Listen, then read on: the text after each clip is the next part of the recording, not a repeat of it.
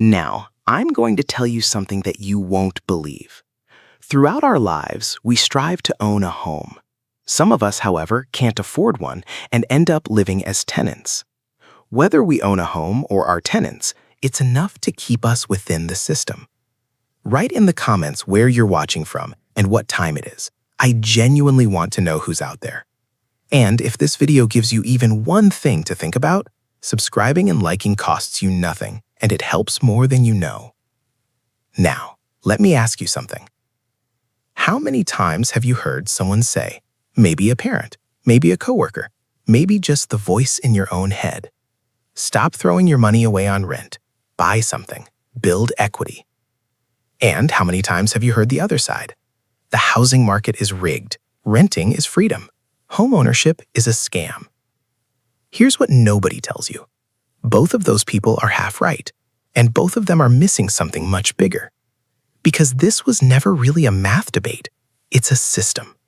And the system was designed carefully, deliberately, to make sure that no matter which door you walk through, you keep paying every single month for the rest of your life. That's what we're unpacking today. Not the glossy version, the real version. If you haven't already, hit subscribe and leave a like. It genuinely helps this kind of honest content reach more people who need it. Okay, let's go. Here's where most conversations about rent versus buying go wrong from the very start. People treat it like a personal finance quiz, like there's a correct answer, and if you just run the numbers right, you'll figure out which one wins. And so you Google a calculator, you plug in your rent, you plug in a hypothetical mortgage, and you get some percentage back that's supposed to tell you what to do with your life. But that framing already has a flaw baked into it, because it assumes the choice is between two neutral options sitting on a table waiting for you to pick one. And that's just not how this works. The rent versus buy debate exists inside a housing system that was built over decades through zoning laws, tax policy, banking incentives, and developer lobbying to funnel money upward, to make sure that your housing costs, whether you rent or buy, are someone else's revenue stream, a landlord's, a bank's, a developer's, an insurance company's, a property tax collector's. That's not a conspiracy theory. That's just how the architecture of American housing was built. And most of us, myself included for a long time, never step back far enough to see the whole picture. We just argue about which trap is the nicer one. And here's the part I want you to really sit with. Neither renting nor buying is inherently wrong. The problem isn't your choice.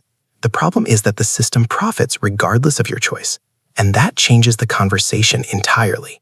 Let's talk about the math, because the math is where things get interesting and, honestly, a little uncomfortable. Start with buying. The classic argument is equity.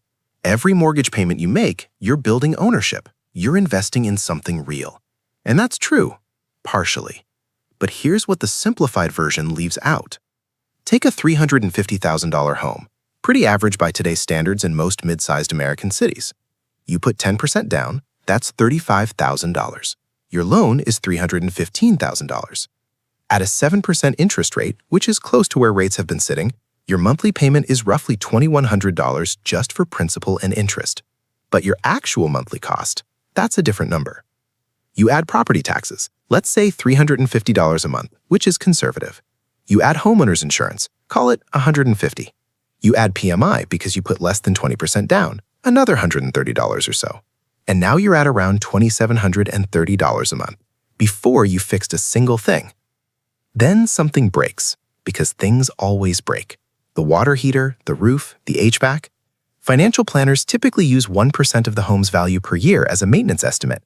So on a $350,000 home, that's $3,500 a year, or roughly $290 a month.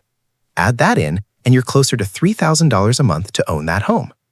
But here's the part that really changes the picture. In the first years of a 30-year mortgage, the overwhelming majority of your payment goes to interest, not principal. In year one, on that $315,000 loan at 7%, you'd pay roughly $22,000 in interest and build only about $3,200 in equity through your payments. Your first several years of building equity are mostly just paying the bank for the privilege of borrowing money. Now let's talk about renting. The argument against renting is that you're paying someone else's mortgage and getting nothing back. And yeah, there's a version of that which is true. But here's what that argument conveniently skips. When you rent, you keep your down payment. That $35,000, if you invest it in a basic index fund, has historically grown at around 7 to 10% annually over the long term. Over 10 years, that $35,000 at 8% annual return becomes roughly $75,000. And that's without adding a single dollar. That's just your down payment, sitting in the market, working quietly. Now compare that to the equity you'd build in the same 10 years of homeownership, factoring in what you've paid in interest, taxes, insurance, maintenance, and possibly PMI. In many scenarios, especially in the first decade, the renter who invested that down payment comes out ahead, or at least even. Not throwing money away, even. The real estate industry doesn't want you to think about opportunity cost. They want you to compare your rent payment to your mortgage payment. But comparing a rent check to a mortgage check is like comparing the price of a restaurant meal to just the cost of the ingredients. You're leaving out everything else on the bill. And renters aren't off the hook either, because renting has its own quiet costs. Rising rent year after year with no ceiling, the instability of a landlord who can sell, renovate, or simply decide not to renew your lease. The emotional weight of knowing your home isn't really yours. That matters. It's not just financial, it's psychological. And chronic housing instability has real effects on people's health, their careers, their families. So the system squeezes both sides. Renters pay for flexibility with insecurity, buyers pay for stability with decades of debt and interest. And in both cases, a significant portion of your monthly housing cost is going somewhere other than your net worth. That's not an accident. The tax code rewards homeownership through the mortgage interest deduction, which primarily benefits higher income earners who can itemize. Zoning laws in most major metros have been used for decades to restrict the supply of housing, artificially keeping prices elevated. And the 30-year mortgage, which feels like a consumer-friendly product, is actually one of the most profitable financial instruments ever designed, because it maximizes the total interest a borrower pays over a lifetime. If you ever feel like you can't win with housing, it's not because you're bad with money. It's because the game was designed with a house advantage, and I don't mean your house. And look, if you've been following along and this is clicking for you, do me a small favor. Hit subscribe, hit like. This kind of content doesn't get pushed by algorithms unless real people engage with it, and I want to keep making it. So what do you do with all of this? Here's the mindset shift I want to offer you. Stop asking which one builds wealth and start asking which one gives me the most control over my financial life right now in my specific situation. Because the honest truth is that housing is not the most powerful wealth-building tool available to the average American. It never was. The idea that your primary residence is your primary investment, that one really deserves to be questioned. A home is a place to live. It can appreciate, it can build equity over time, but it also ties up enormous amounts of capital, creates fixed monthly obligations that are very hard to escape, and generates ongoing costs that most people dramatically underestimate before they sign. The people who actually build generational wealth through real estate aren't usually the ones living in the house. They're the ones renting it out, turning someone else's housing cost into their revenue stream, which is a whole different conversation. For the average working American, the important question isn't rent or buy. It's this: whatever you're paying for housing, what are you doing with everything else? Because here's what the math consistently shows. A renter who keeps their living costs lean, invests consistently, and builds liquid savings can outperform a homeowner who is house rich and cash poor in the long run. And a homeowner who bought within their means in a stable market with a long time horizon and continued investing beyond their home, that person does well too. The trap isn't renting. The trap isn't buying. The trap is letting your housing decision become your entire financial identity. The trap is stopping there, thinking the mortgage is the finish line, or thinking that avoiding a mortgage means you're automatically ahead. Freedom isn't about which box you check on a housing form. It's about whether your money is working for you or whether you're perpetually working for it. So, what does this actually look like in real life? Not theoretically, practically. If you're renting right now and feeling behind, the single most important thing you can do is treat the difference between what you'd pay to own versus what you pay to rent as an investment budget. If renting saves you $600 a month compared to what ownership would cost you all in, that $600 belongs in an index fund or a high-yield savings account every month without drama.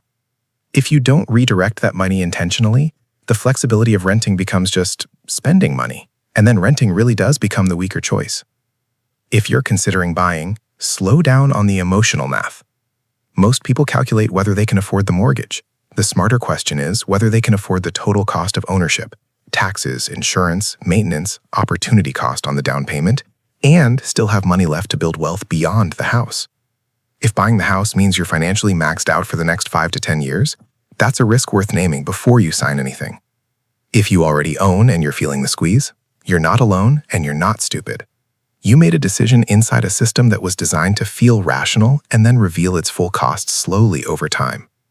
What you can do now is get honest about your numbers. What is your home actually costing you per month all in? And decide whether there are ways to reduce pressure elsewhere in your budget. And if the equity is there, understand it as an asset, not as something to constantly borrow against to maintain a lifestyle.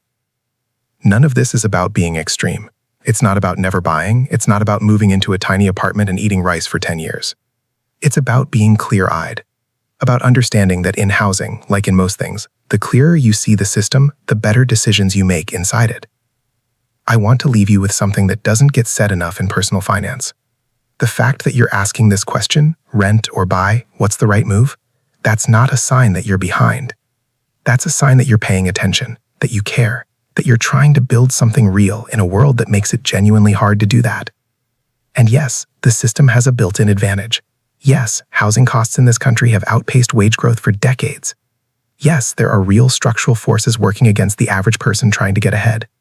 That's worth acknowledging, not to make you feel helpless, but because naming the thing clearly is the first step to navigating around it. You're not failing at some simple game. You're playing a complicated one, with incomplete information, against players who've been at the table a lot longer than you. The least you can do is see the board clearly. The goal isn't to find the perfect answer to rent or buy. The goal is to keep your options open, your money moving, and your thinking clear. Progress, slow, unglamorous, consistent progress is what actually wins here. Not the house, not the Instagram aesthetic of homeownership, not the moral high ground of being a proud renter. Just your own financial situation getting a little better, a little more intentional, a little more free, month by month. That's it. That's the whole thing.